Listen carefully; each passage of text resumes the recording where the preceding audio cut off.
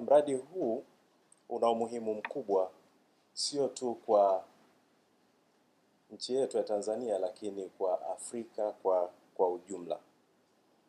Tanzania kwa mfano, sawa na nchi nyingine zinazoendelea duniani, inakabiliwa na upotevu mkubwa wa mazao baada ya kuvuna. Kwa kunakuwa na upotevu mkubwa wa mazao baada ya mazao hayo kuvunwa. Kati ya 20 hadi 30 ya mazao ya mkulima hupotea baada ya kuvunwa. Hili kutokana na ufinyu wa teknolojia sanifu na sahihi za kuhifadhi mazao, hasa ya mboga mboga, na zaidi kwa wakulima wadogo nchini. Wakulima wengi hutumia njia za kienyeji kuhifadhi nafaka kama vile vihenge, mapipa, mifuko ya nailoni na vyumba vya kawaida. Njia hizi hukabiliwa na uvamizi wa wadudu, hivyo huhitaji matumizi ya dawa, yani viuatilifu, ili kudhibiti mashambulizi ya wadudu hao waharibifu wakati wa kuhifadhi mazao, hasa kwenye maghala. Utafiti umebainisha kuwa mbali na madhara ya matumizi ya madawa ya kemikali, yani viuatilifu, kwa afya za binadamu, viuatilifu hivi huharibu mazingira vile vile.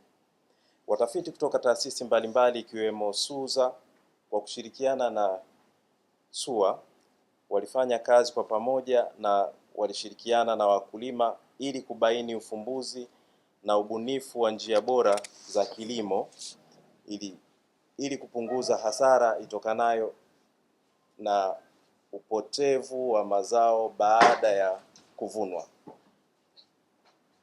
Yani kwa Kiingereza inaitwa post harvest loss, hasa kwenye kilimo cha mboga mboga. Changamoto zilizojitokeza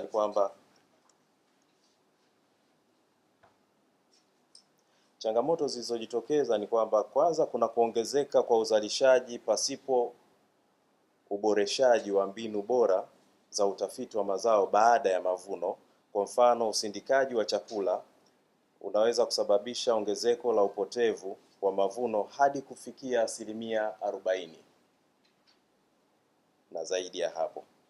Pia kuna upotevu wa mazao baada ya kipindi cha kuvuna, ambao huchochewa na maandalizi duni ya vifaa vya kuhifadhia nafaka, kuchelewa kuvuna na matumizi ya vifaa duni vya kuhifadhia mazao. Mfano ni matumizi ya mifuko ya zamani iliyotoboka katika kuhifadhia mazao hayo.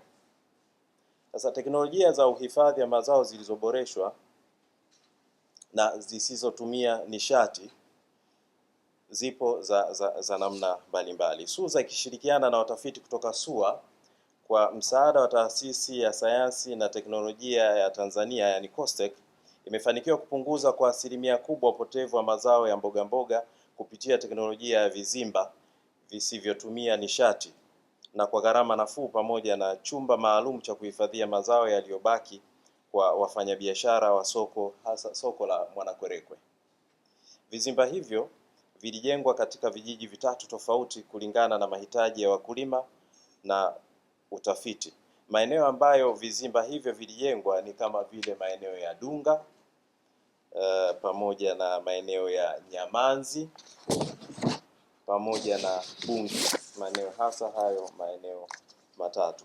Vizimba hivyo vilifanikiwa kwa 1% kubwa kupunguza joto kutoka nyuzi joto 32 hadi nyuzi joto 20, na iliweza kuongeza unyevunyevu kwa 1% kubwa. Faida ya kutumia teknolojia hii iliyoboreshwa katika kuhifadhi mazao ni kubwa. Moja ni kumhakikishia mkulima faida kubwa au faida bora. Na pili, teknolojia hii ni rafiki kwenye kuhifadhi na ina faida kubwa za kiuchumi na kimapato. Pia teknolojia hii inadumu muda mrefu ukilinganisha na njia nyingine za kuhifadhi mazao baada ya kuvuna. Pia teknolojia hii hupunguza kushambuliwa na kuvu waletao sumu kuvu, aflatoxin. Sumu hii inazalishwa na aina ya fungus ambao ni hatari kwa afya ya binadamu, lakini pia vile vile ni hatari kwa mifugo.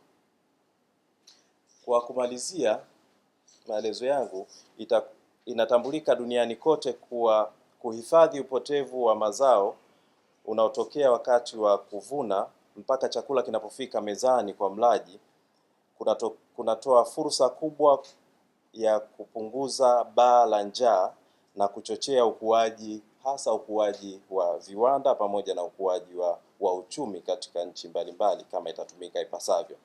Kwa hivyo juhudi zinapaswa zielekezwe kwenye uzalishaji wa mazao kulingana na mahitaji pamoja na kuongeza thamani na matumizi ya bidhaa zinazotokana na mazao hayo yanayozalishwa badala ya kuyatumia au na kuyauza kama yalivyo. Kwa juhudi ifanywe ili kuongeza thamani ya bidhaa hizo, kuongeza thamani ya mazao hayo pamoja na kutengeneza bidhaa ambazo zinatokana na mazao hayo.